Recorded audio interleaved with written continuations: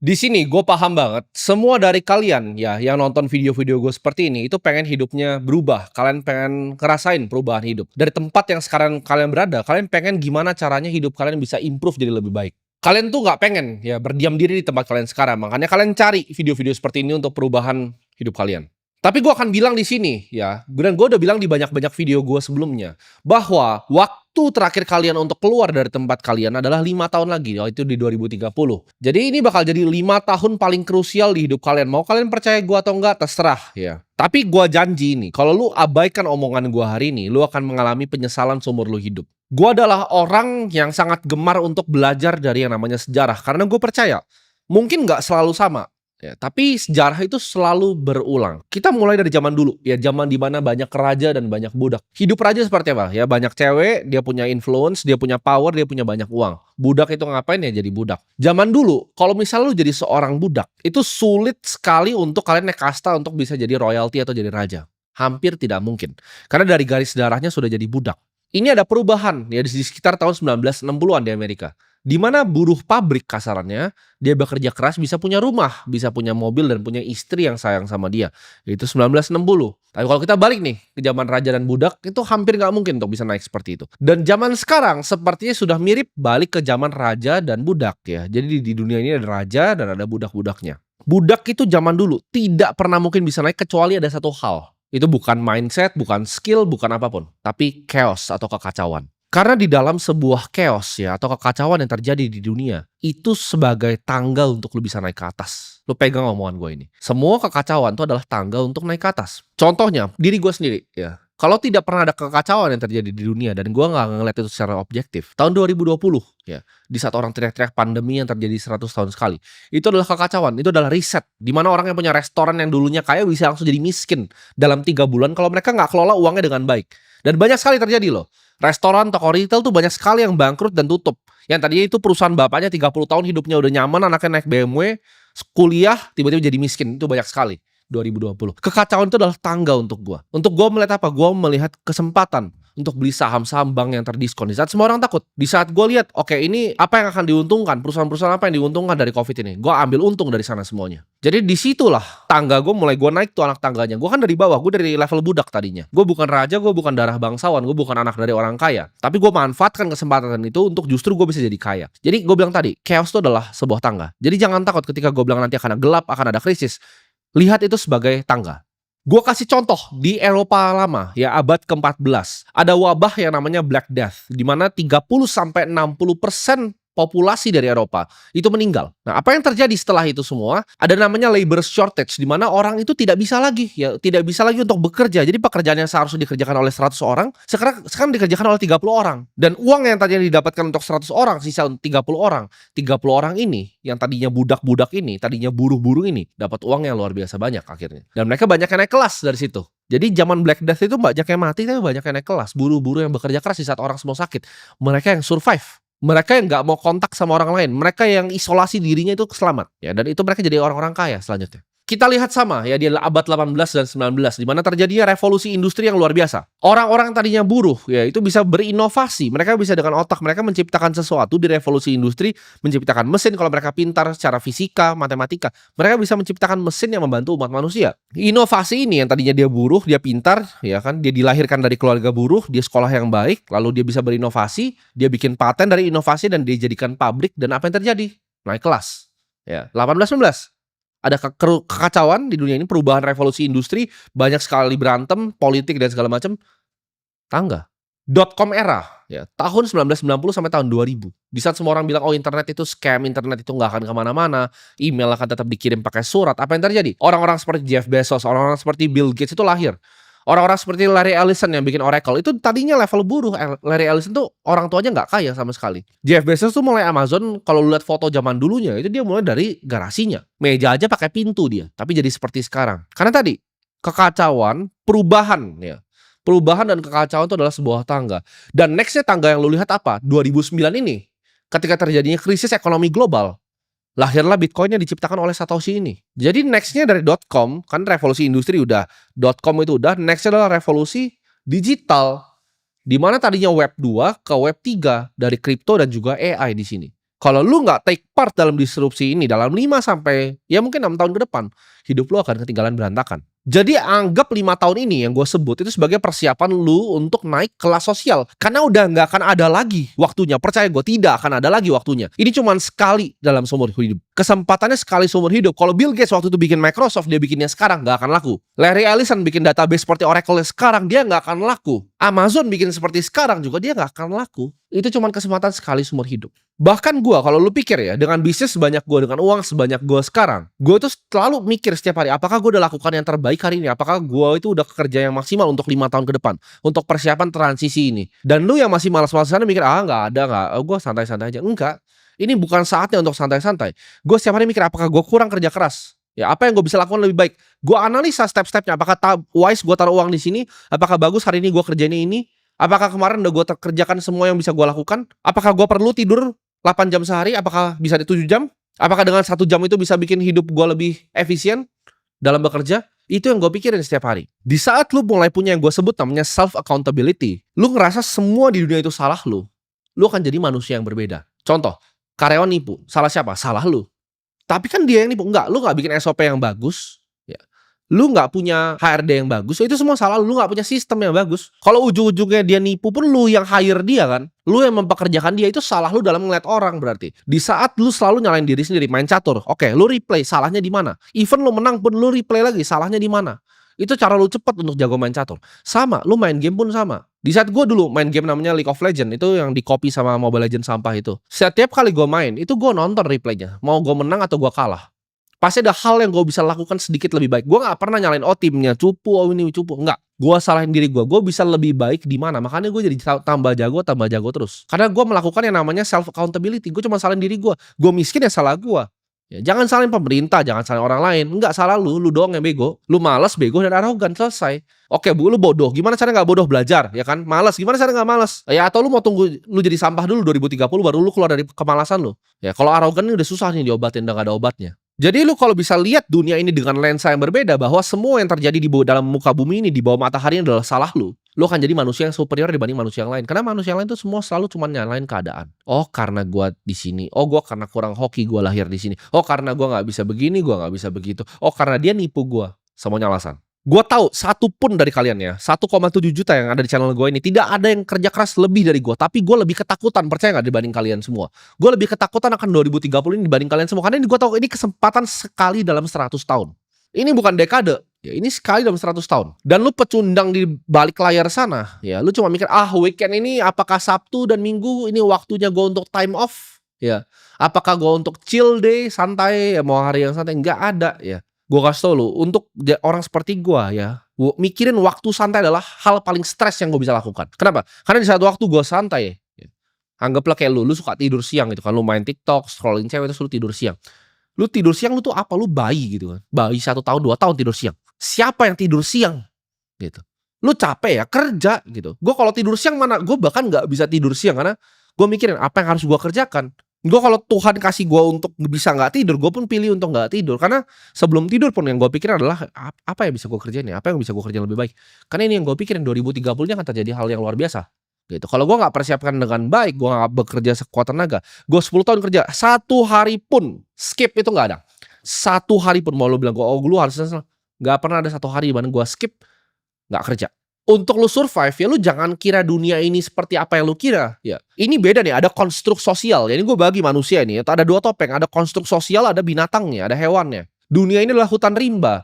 Antara lu berburu atau lu diburu. Antara lu hunt atau lu get hunted. Jadi nggak ada di tengah. Jangan lu campurin nih konstruk sosialnya, orang saling menolong, tolong menolong, ini nggak ada. Ini hutan rimba. Antara gua buru lu atau lu buru gua. That's it. That's what happening. Banyak yang masih bingung. Oke, gua udah tahu nih 2030 gini. 5 tahun persiapan gua apa? Gua udah bilang berkali-kali, ya kan. Ini gue persimpel lagi. Fokus di 2 hal. 1 fokus di kripto, kedua fokus di AI. Lu fokus di sini, hidup lu akan selamat. Lu nggak fokus di sini, lu akan digantikan sama 2 ini. Ini yang akan jadi tangganya gitu. Kripto ini akan jadi tangganya untuk lu nanti naik ketika hal-hal terjadi yang jelek itu datang di dunia ini. Tapi masih ada lu semua ya, dengan kehidupan lu yang miskinnya, yang masih tinggal sama mak lu di umur 40 tahun itu. Lu masih mikir, oh dia ini currency-nya currency bohongan. Enggak. Lu terlalu arogan dan terlalu miskin. Lu kira lu lebih pintar gitu dari presidennya US, enggak. Donald Trump tuh umur 34 tahun udah bangun gedung mencakar langit Trump Tower. Dia udah jadi real estate mogul, punya beberapa kasino, umur 34 dia udah punya 3 kasino. Terus lu masih pikir, "Oh enggak lah, ini kripto ini scam, lu yang terlalu bodoh." Ya. Kalian mungkin ada yang skeptis gitu kan, atau ekonom dosen-dosen di sini yang mungkin ya kurang pintar lah ngomong. "Oh ini apakah inflasi 15% masa sih? Bukan begitu." Ya kan. Lu tuh kira gua itu kayak mau takut-takutin lu soal inflasi, gua beneran peduli sama lu soal inflasi. Ini gua kasih tahu ya di sini ya, gua cinta sama inflasi. Nah, bingung nggak lu? Saya sangat sangat sangat cinta dengan inflasi. Kenapa? Lu bayangin deh, lu jadi orang yang cetak uang, oke? Jangan jadi gua, jadi orang yang cetak uang. Apa yang lu mau di dunia ini? Ya inflasi lah. Lu yang bikin uangnya, lu tinggal beliin aset-asetnya. Karena inflasi, artinya inflasi apa sih? Barang yang lu pakai dan lu beli kan makin mahal, ya nggak? Jangan bilang gua takut-takutin lu. Ini untuk kebaikan lu sendiri. Kalau gua sih senangnya inflasi kalau bisa 50%. Kenapa? Karena semua asetnya punya gua, propertinya punya gua, tanahnya punya gua, emasnya gua punya, bitcoinnya gua punya, aset punya gua. Lu punyanya apa? Punyanya cash. Itu yang kena orang kayak lu, yang cuma digaji bulan ke bulan. Gitu. Jadi inflasi itu bukan hal jelek buat gue. Lu jangan mikir kayak gue tuh anti inflasi. Kagak, gue cinta sama inflasi. Kalau bisa please ayo inflasi 20% biar miskin semuanya gitu kan. Karena kalau lu punya aset yang lu pengen adalah inflasi. Lu punya gedung nih yang lu pengen adalah apa? Inflasi. Lu punya misalnya apa? Apartemen, service apartemen 30 unit. Lu maunya apa? Inflasi. Biar lu bisa naikin terus harganya. Mereka kerja kayak buruh ya kan dengan gaji UMR-nya itu terus bayarin lu naikin terus harganya. Lu punya nih 100 rumah nih. Ya gue kontrakin semua 100 rumah gue ke orang-orang kayak lu, gitu kan. Jangan bilang kayak lu mah bohong tentang inflasi. Kagak, gue cinta. Gue tuh nggak harus ngomong kayak gini. Harusnya gue tipu kalian kan kayak mereka yang di atas sana. Mereka tipu kalian inflasi 3% kan. Karena mereka tahu itu 15 dan itu bagus untuk mereka. Itu kenapa mereka tipu kalian. Oh enggak, datanya inflasi 3% itu buat tipu kalian. Kalau gue nih ngomong apa adanya gitu. Inflasi itu justru bagus untuk separasi gap antara si kaya dan si miskin. Karena inflasi akan sangat menguntungkan orang yang paling banyak asetnya. Yang paling banyak bitcoinnya akan sangat diuntungkan dengan inflasi. Sekarang per hari ini 1,7 miliar buat lu semua yang arogan. 1,7 miliar loh. Diingetin berapa? 300 juta. Gue beli dari berapa? Dari 9 juta. Sekarang 1,7 miliar. Inflasi kan? Thank you mesin pencetak uang. Ayo dong cetak terus uangnya. Karena biar gue makin kaya, separasi gapnya makin jauh. Ini gue yang begini udah tahu begini aja gue 2030 ketakutan, gimana kalian? Gue cukup kasih tahu, oke, kalau inflasi ada aset apa sih yang bisa tahan di muka bumi ini? Cuman dua, bos. Saham tuh bisa dibikin ulang. Orang gue emiten nih, gue bisa right issue, gue repo, gue nggak guna. Saham tuh nggak guna. Lu cuma memperkaya yang punya sahamnya. Bandar saham tuh nggak ada, nggak eksis. Bandar saham tuh owner sahamnya sendiri. Kenapa gue tahu? Ya gue kenal semuanya, owner emiten. Gue tahu caranya bekerja gimana. Gue sebagai CFO nih, gue punya fiduciary duty ketika lu beli saham gue bajak untuk gue right issue lagi sahamnya nanti untuk gue kembangin perusahaan gue. Gue tinggal cetak lagi nanti sahamnya. Saham tuh bisa dicetak lagi sama persis kayak fiat, gak ada bedanya. Lu harus beli hard asset. Hard asset tuh di muka bumi nih cuman dua yang menurut gue worth it. Satu itu adalah Bitcoin, dua adalah properti di tempat yang orang banyak sekali mau. Contohnya properti di Tokyo, properti di The Palm, properti di Manhattan. Ya di Jakarta mungkin beberapa lah ya kan. Yang orang mau mungkin Pondok Indah, mungkin Menteng. Tapi itu pun harganya udah ke diskon semua sekarang. Orang udah nggak semau itu beli rumah di Pondok Indah. Gue kemarin agentnya tawarin gue terus, nih BU bang 120M lu mau nggak ambil 80M karena ini mau cerai. Gue ini BU semua gitu. Jadi opsinya mana kalau di sini? Mungkin di Bali certain tanah yang di Canggu itu mungkin oke. Tapi kan lu tidak punya akses seperti itu. Lu cuma bisanya beli Bitcoin. Ya beli itu kan udah gue kasih dua nih, Bitcoin atau properti langka. Dan gue tahu orang-orang yang nonton sini 1,7 juta yang mungkin bisa beli properti langka itu paling cuma 10.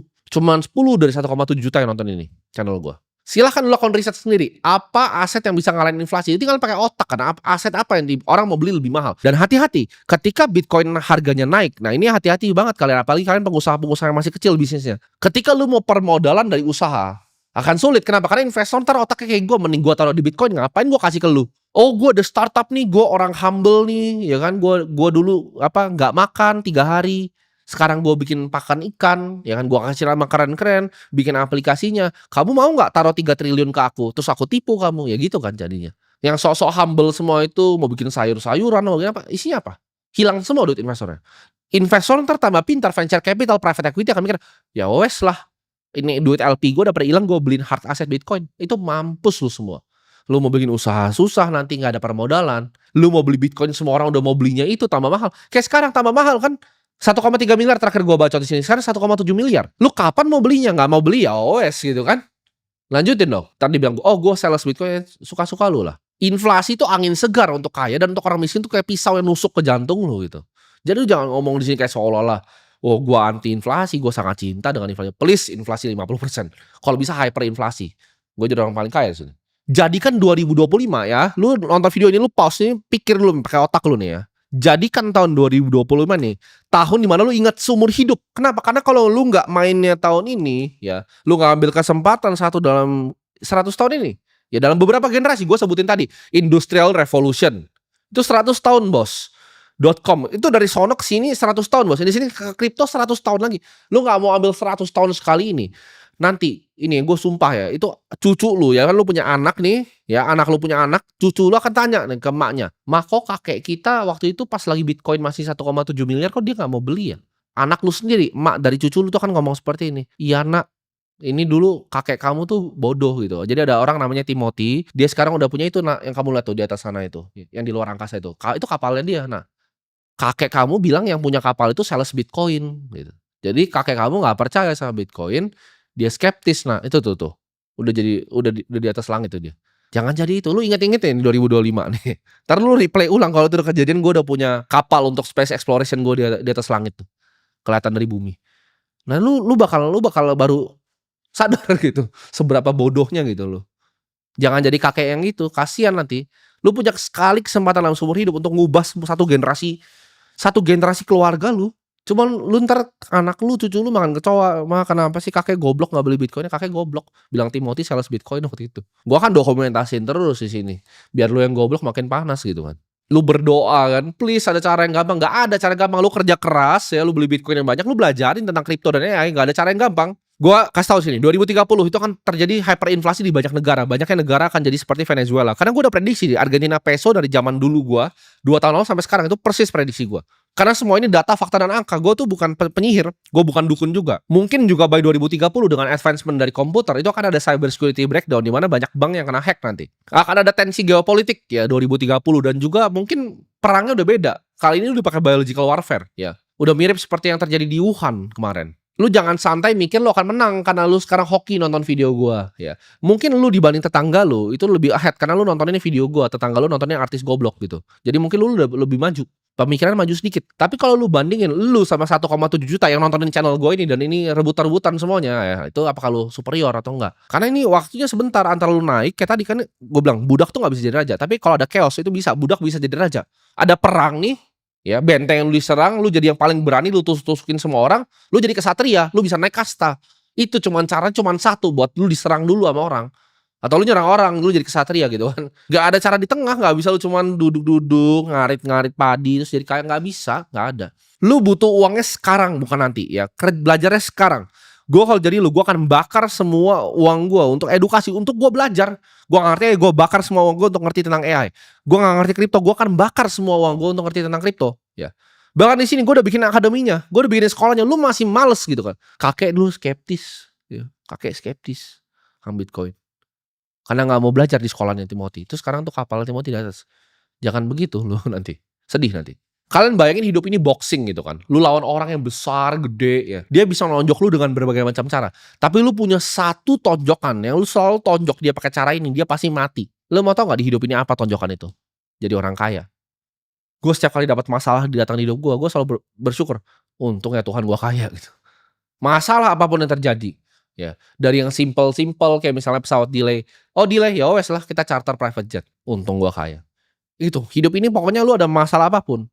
Satu yang bisa fix itu adalah kalau lu jadi orang kaya. Fokus ya selama 365 hari ke depan ya, dari hari ini. Fokus, cari uang sebanyak-banyaknya, pelajarin tentang kripto sedalam-dalamnya, beli Bitcoin sebanyak-banyaknya dan selamatkan keluarga lu dari hyperinflasi. Jangan mau ya jadi orang yang nanti cucu lu lihat lu sebagai kakek lu, bahkan anak lu sendiri ngeliat lu tuh malu.